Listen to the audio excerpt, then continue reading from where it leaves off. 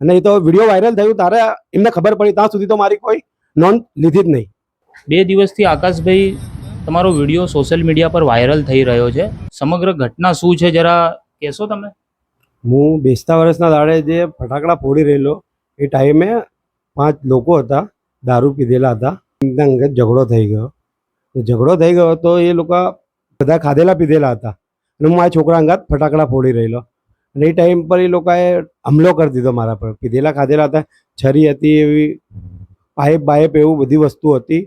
તો પોલીસવાળા કને હું નોંધ દેવા ગયો કે ભાઈ મારી એફઆઈઆર તમે નોંધો, તો મારા કને કોઈ એફઆઈઆર ના લીધી.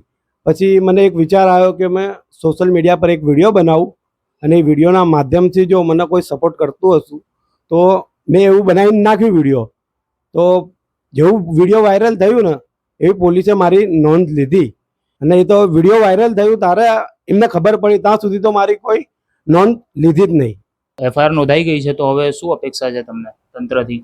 તંત્રથી તો હું રિક્વેસ્ટ કર્યું કે મને આટલો સપોર્ટ કર્યો અને આટલી પોલીસે કાર્યવાહી કરી. અગર તમે સપોર્ટ ના કર્યો હતો તો આ કાર્યવાહી ના થાત. એટલે હું બધાને ધન્યવાદ કહું છું કે મને આટલો સપોર્ટ કર્યો તમે વિડીયોના માધ્યમથી.